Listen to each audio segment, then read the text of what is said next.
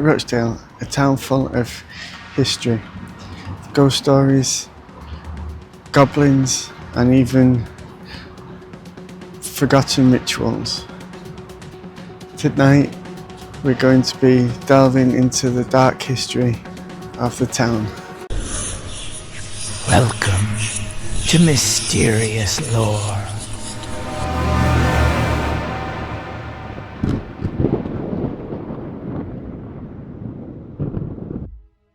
The Clegg Hall boggart.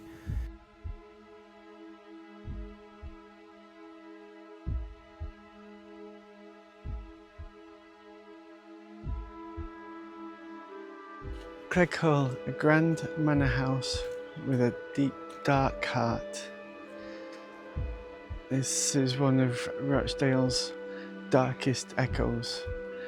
The story goes that there was a family of four, two kids and the parents. The parents owned the manor house, and one day they'd gone out and got killed.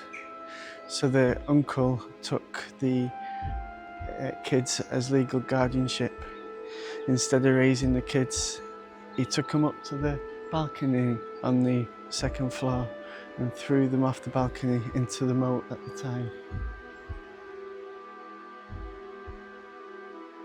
The uncle then inherited Clegg Hall, but he couldn't live with himself, and he was haunted by his conscience.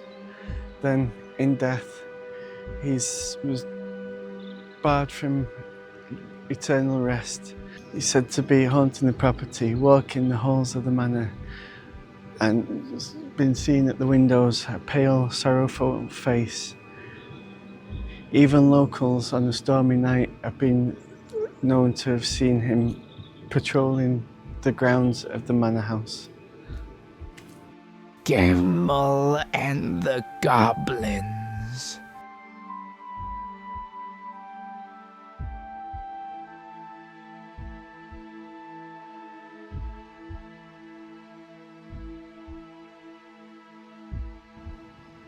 Okay.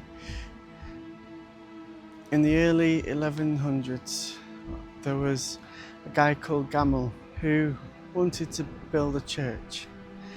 He found a perfect site for the church just down the other side of the river from where we are now. He got his men together, laid all the foundations for the church at the side of the river. The following morning, his men got there, the foundations had gone.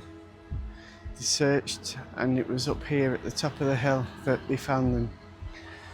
Gamble got all his men, took all the stones back down to the bottom, crossed the river and laid them where he had the church pictured. The following day, the stones were back up here.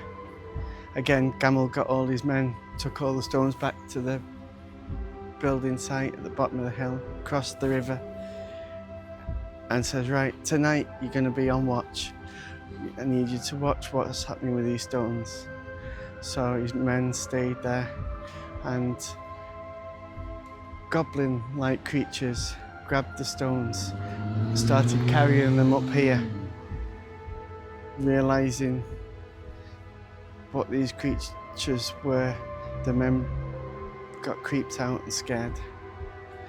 And Gamble decided that due to unseen supernatural forces, this was the new site of St Chad's Church, and threw them off the balcony into the moat at the time.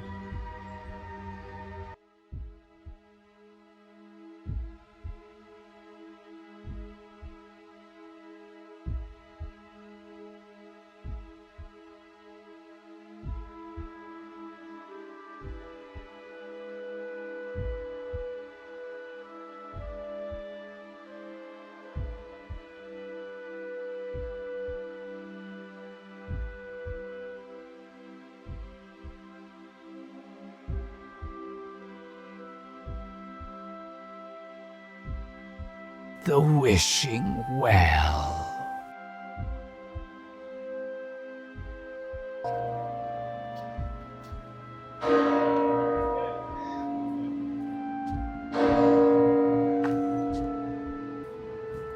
Okay, so now we're at the bottom of the hill. St Chad's Church is up behind us. This is the next story from Rochdale. This is a street called Packer Street. Packer Street was well known in the early 1100s for having a wishing well at the bottom of the stairs. The wishing well was known to have fortune-telling capabilities.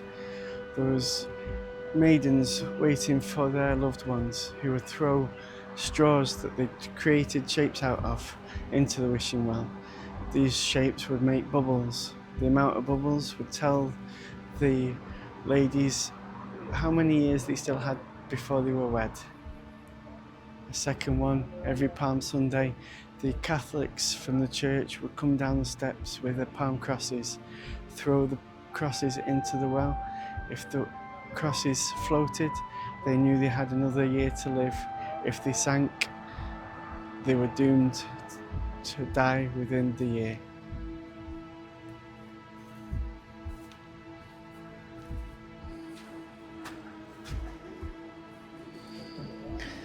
The geese enjoying the warm weather.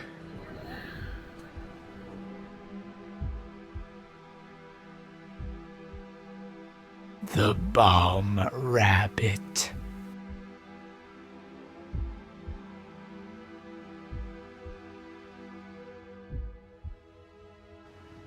So in the centre of Rochdale, here in the heart of this town, you've got St Mary of Bourne, nowadays called just St Mary's. There's known to have a ghostly figure, not of a human or a mystical spirit, but of a white rabbit. This rabbit has been seen haunting the grounds of this church. On a moonlit night, the rabbit has been seen running across the graveyard, jumping on the gravestones. Even to this day, the folk of Rochdale keep the story alive. At Easter, you have the haunt for the Baum Rabbit instead of the Easter eggs from the Easter Bunny. The ghost of Owd Betts Inn.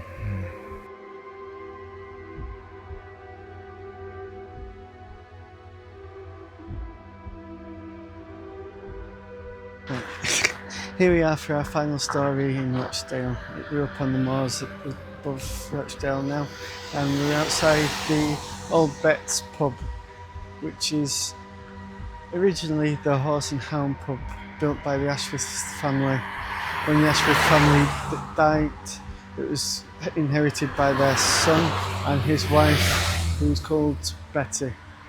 Betty was well loved by the locals of the area, and so much so when she died, they informally renamed the pub Owd Betts.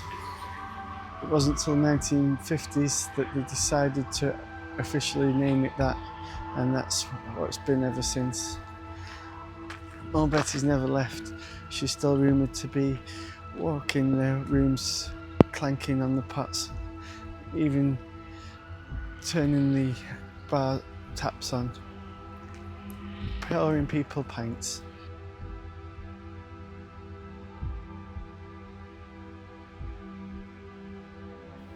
Thank you for watching this video.